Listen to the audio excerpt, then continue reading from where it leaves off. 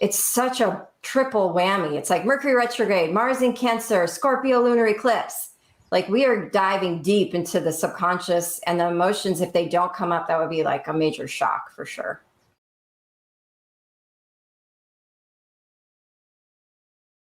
We can do a collective reading as far as what's coming through. Cool. Yeah, let's do it. Okay, I need to clear the table. Do you want to tune in first? Yeah, sure. Thank you. Okay. Let's see. I'm gonna pull some cards first. Usually I just tune in, but this feels different. Pulled the orange gold dragon from Arcturus.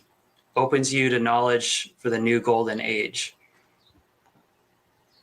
Which I have a connection to the Arcturians. And there was this really cool book called the Arcturus Probe. I forget the author, but they were talking about how there's many planets, you know, Arcturus, but there was this one where they were like mushroom spores essentially, and their highest joy and attainment that they all could reach was like to be able to sense and feel things. And they'd come and gather in these giant like stadium type places. They'd all come gather, you know, they used the stadium so we'd understand it as humans, but they'd all come and gather and they'd try to have the highest sensory experience possible, like to get the, you know, everything just vibrating.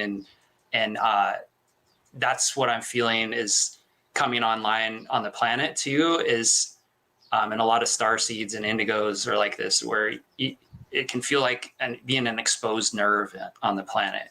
And any little thing, like, it's like people say you're too sensitive or this and that.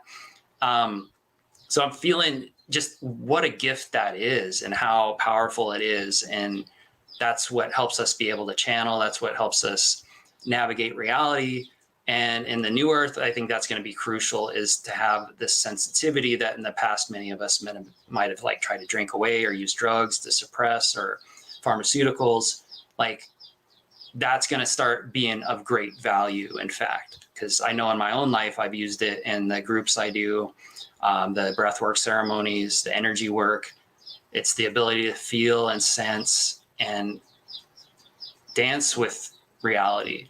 And so that's what that card brings up for me, is that Arcturian energy coming through, and that knowledge that it brings, this sensitivity to our environment, to feel nature, to feel other people, and then come into the balance with that. Because the other card I got was the air dragon. It helps you rise above earthly matters. So this is very appropriate for that, right? Is we can feel and notice all these things coming, but we can rise above the identification with what we're feeling. Like when I do energy work, a lot of times I'll feel pain in my body. And I'm like, oh, okay, go to that area. That's where, you know, a little extra attention needs to be, or I see a different color or something. And that's not me, I'm sensing that. And so that to rise above, to feel, to notice, to be the witness of everything from that higher perspective, and then still feeling everything. And then it becomes fun, because it's not an overwhelm. It's not me. And same with our own thoughts and emotions. Like, that's not me. It's a part coming to sit with me or be with me. And this is the power of the breath, the power of presence, to just breathe and be with whatever comes up, whether it's in the mind, whether it's around us, whether it's something we're sensing and feeling, negative energy coming at us. A lot of it's just the mind creating the intensity of it, that we can come into the wholeness with the breath, with the central sun, the internal energy within us, and shine that out. Like nothing can really penetrate the sun. And that's what, you know, like Casey's energy is a lot of what we're all embodying. It's very similar. Like, you can't diminish that. It's the sun, you know, and it can try with like thoughts and ideas trying to trick us into diminishing it ourselves, but really you can't, you know. And I think that's what Eleanor Roosevelt was talking about. Like, nobody can, I forget the exact quote, nobody can belittle you or put you down, or you can't give away your power unless you let them, unless you take on these beliefs and these ideas about who or what you are. And so that's what I'm getting for the collective, is this is going to be a sensitive time. You know, it's sensitive time for a lot of people, like emotions coming up, feeling and sensing a lot of things. It's going to feel kind of dark and scary, and I don't know what's going on. And that's perfect, because a lot of the problem is we think we know what's going on, and then we don't really see what truly is. And so come into presence, be with the breath, rise above it all, call on your dragons. They got your back. Nobody can get your back like a dragon. So yeah, ask your guides for assistance. But that's what I'm getting as far as what's going to be happening in the next week or so with this upcoming lunar eclipse in Scorpio. Yeah. I think Jason and I were talking before the show started, and we were feeling the intensity already emotionally and getting the waves already. And I was telling him how I always get the energies of the astrology about a week or two earlier, and that this week for me was that week. What's interesting is we've got number 7, epoch, a pause in your journey for the collective energy right now. This is Mercury retrograde. And these pauses are purposeful because they allow us the time we need to stop and reflect and make sure, we feel good about where we're at and where we're going. So it may feel like there's a lot going on, but time right now has sort of slowed down and expanded. So although there's a lot going on, we have plenty of time to process it. And so that's very grounding and assisting as we move through our daily life, because we're like, okay, yes, there's a lot to do. It doesn't all need to happen at once. And I'm not even sure about a few of these things. I'm going to think about it for 24 hours and it still works, it's still there. So it's nice because it's a cushion. It's a cushion in the intensity, and it's a gift. And also right now with Mercury retrograde being very intense, very dialed up, it'll allow us that little pause before what could be a little bit of an upheaval when the lunar eclipse comes next Friday. I think it's Friday. So next Thursday, our show will be only one day, or on the day, if it's happening, depending on where we are in the world, right? I don't know the times of it. But we'll be talking during basically the lunar eclipse in Scorpio. So I can't wait to see, how that all plays out. So I just wanted to pull more cards. I shuffled the Lemurian deck again. And I hope this doesn't get loud with the shuffling. So let's see for the collective what's coming through. Ooh. Third eye chakra, pineal perspective. This was coming up a lot I did a Taurus birthday reading on YouTube. Third eye was being activated. So maybe with this, solar or lunar eclipse, or eclipses in general, both of them. Oh, and of course, but we're getting that third eye activation, and also the throat. So much with the throat right now. We've got number 56, which is obviously an 11, vulnerability. And it was in reverse. So maybe what's happening is we're getting a window through the third eye perspective. We're getting a visual. We're getting new sensory awareness as to what is going on, with this in reverse, vulnerability in reverse. We're getting a new perspective and a new visual on our stuff, on, how we feel when we feel vulnerable. What is that like for us? Do we resist it? Do we open to it? So right now we might be feeling a lot of vulnerability, especially at a highly emotional time. Like Jason was saying, like sensitive in that way, like our nerves are exposed. And how do we navigate ourselves through our daily lives when we feel really triggered, or when we feel on edge, or just sensitive? What do we do?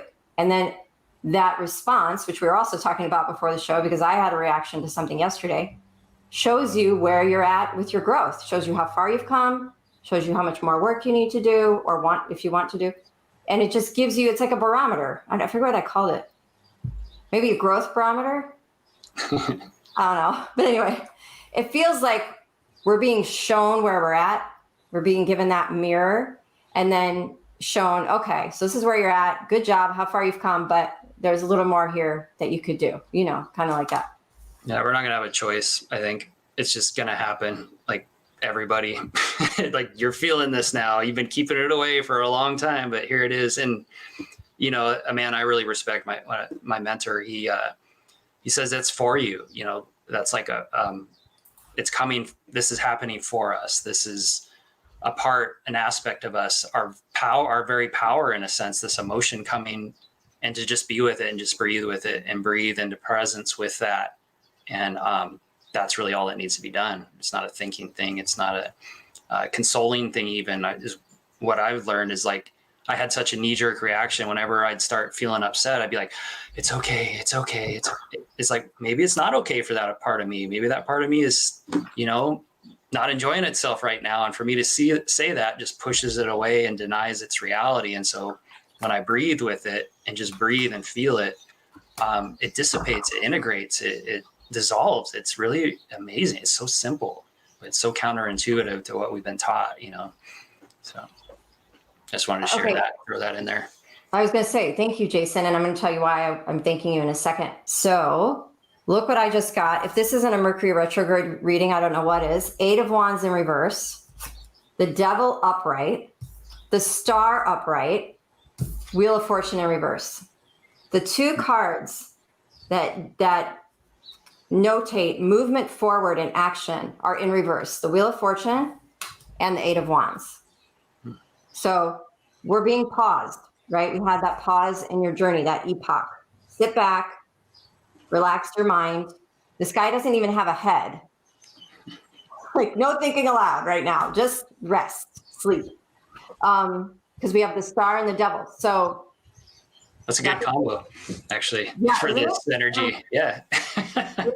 And 2 major arcana cards. This is a big spiritual lesson. So, for instance, yes, you've come so far. This is a test. Something's coming at us. You know, we're going to be tested in some way. Maybe it's already happened. And how do you respond?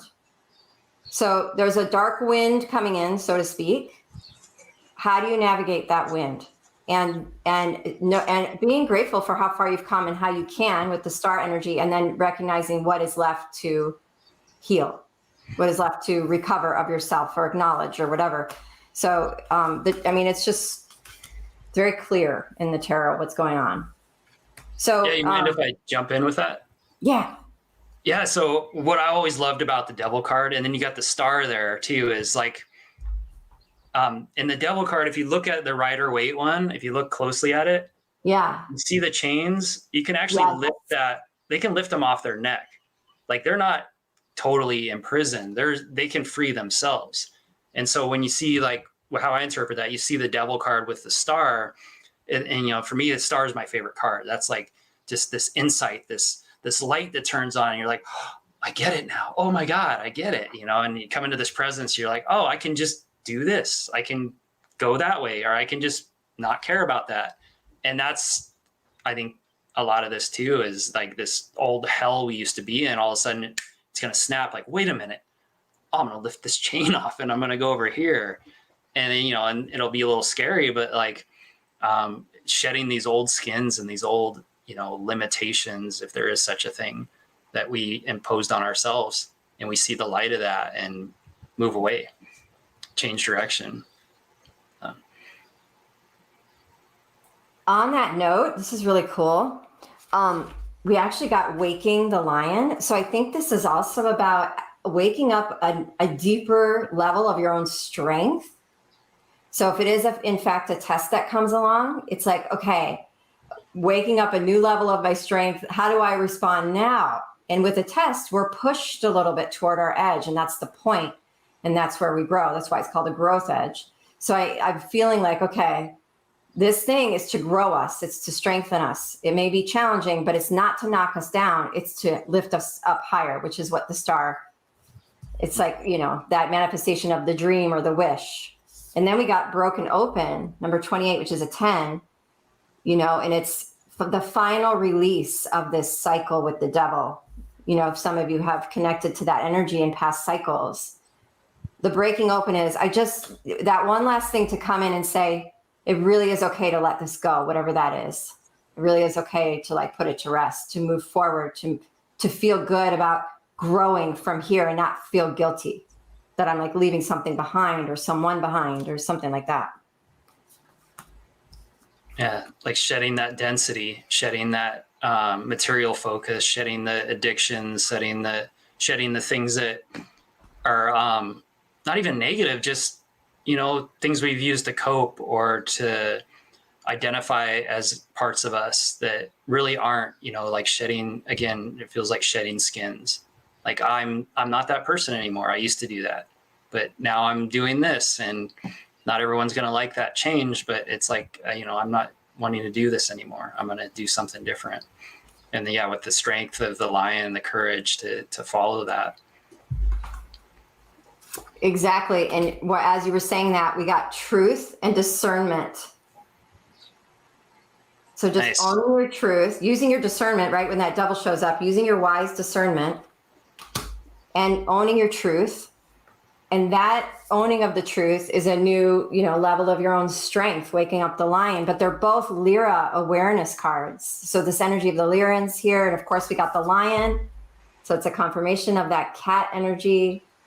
And then creativity. So for instance, once you do that final release of the addictive pattern, whether it's a thought pattern or a person or behavior, or whether it's just something that's not working anymore, whatever it is that drops away, once you finally own that, there's an excess of your own energy that is not being put toward that anymore. And they're saying, channel it into your creativity. And that's what any sane person will tell you when you just quit something, that's a bad habit. Okay, now you've quit smoking. You're going to have to fill that space with something positive until you get the full clean break. You're not going to be able to most people can't quit cold turkey.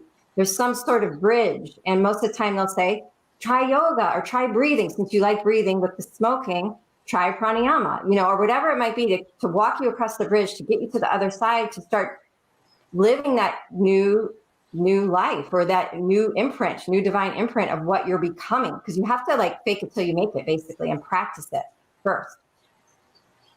So you have to channel your excess energy so it doesn't want to go back to the habits, because the habits create a deep groove in the mind. And it's really hard, just like water runs in ruts. It's really hard to get the mind out of those ruts, those grooves that we've set in over time. And they just get deeper and deeper the longer we do those things. And that's why it's hard to change who you are as you grow, especially as you grow older, because those grooves get deeper. Yeah, and presence can change all that. Like in the moment when we become present and catch what we're about to do or notice the thought and just breathe and be with it, everything can change in an instant. And then it'll come back from time to time. And then we got to be present with it. I've known people that just quit smoking. They just quit and they never smoked. Yeah. And then it took me on and off like 5 years to quit. Let's just see what the Galactics are saying as far as what light codes or what activations are coming through. Okay, so I'm kind of thinking of the Scorpio lunar eclipse. Ooh, of course we got this. Okay, I can't really see it, but it says karmic board clearing, energetic clearing, rewrite your story and live your truth.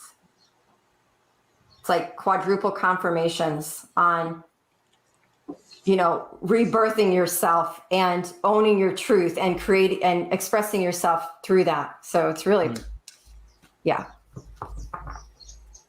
And because of that, stuff's going to come out because it's getting cleared. Can you hold that up again? That was a cool looking card.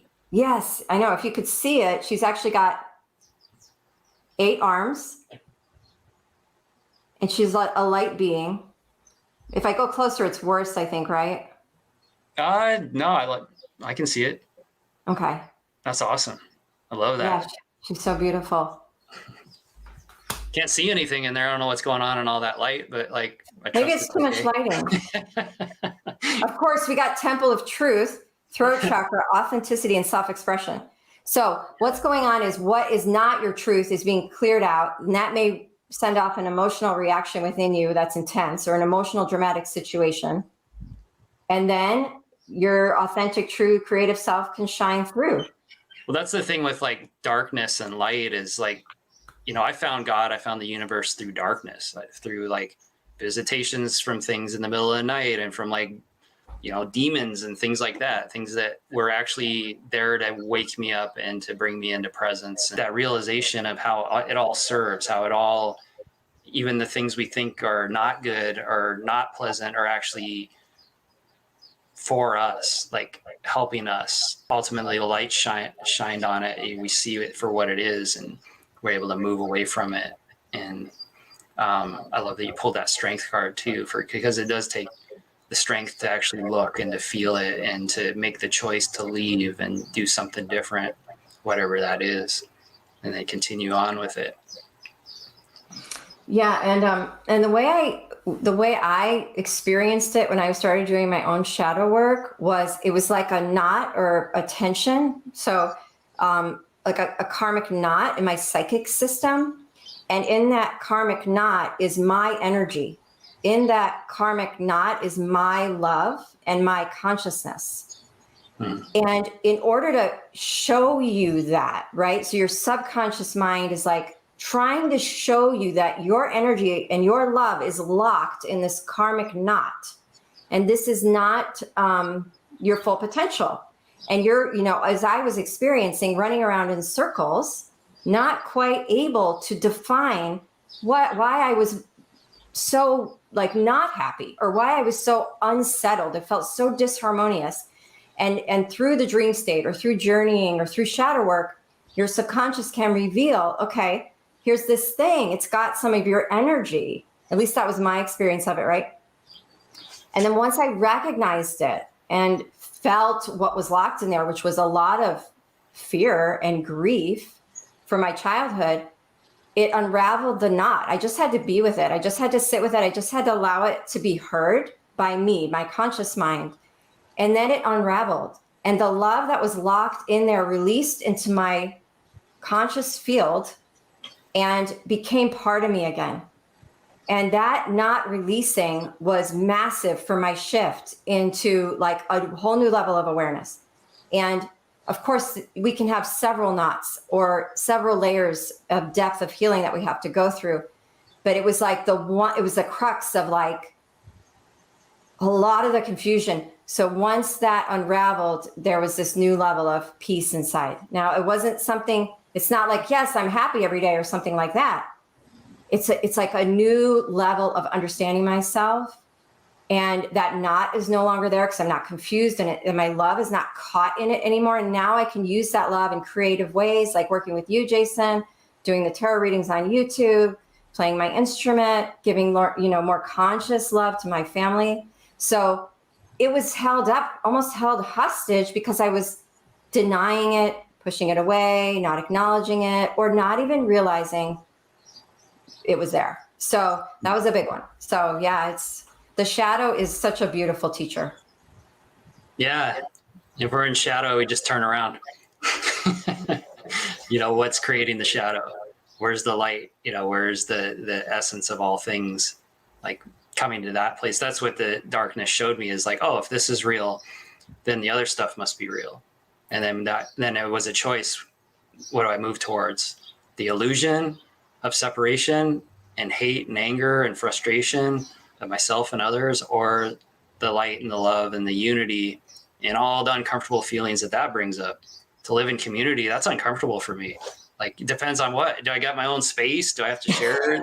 Do I have to be in cuddle puddles and stuff? Like, sometimes I might want that, but other times I'm like, I don't want that. No, I don't think I can handle that. Personally. But we grow and move towards connection. So I feel like with all this, right, it just feels like before we can have that happily ever after energy where everything feels stable again, and we're in that celebratory mode, because Four of Wands came out reverse. It's just, we're needing some piece of information from this rest and reflection time that is going to be part of the stability. It's like a leg of the table. If you think of a table as having 4 legs, being very stable, or a chair, for instance, one of those legs is here in this reflection period in Mercury retrograde. So if we can dive in and really use this time for what it's worth, we'll come out stronger with that leg to add to the 3-legged table, 3-legged chair in the end. We'll have that 4th piece that we need. That's what's cool about Mercury retrogrades. A lot of people don't like them, but I like it because it brings back things that are unresolved, like things I meant to do before and I never did. And it's like, okay, I'm going to do that now. And people will be like, well, why would you do that now? It's Mercury retrograde. It's like, because I meant to do this for 10 years or whatever. Or people show up from the past. So it kind of gets a negative connotation. But Mercury retrograde's, yeah, a great time to like finish the unresolved things, honestly.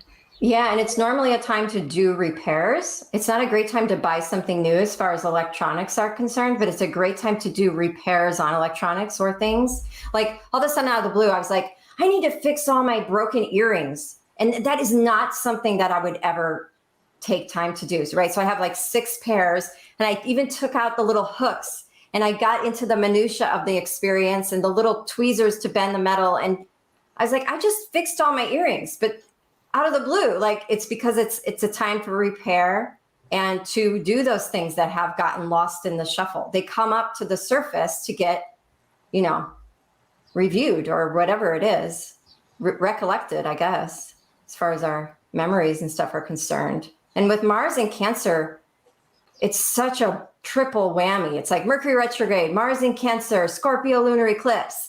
Like we are diving deep into the subconscious, and the emotions, if they don't come up, that would be like a major shock for sure. You're normal if you're emotional.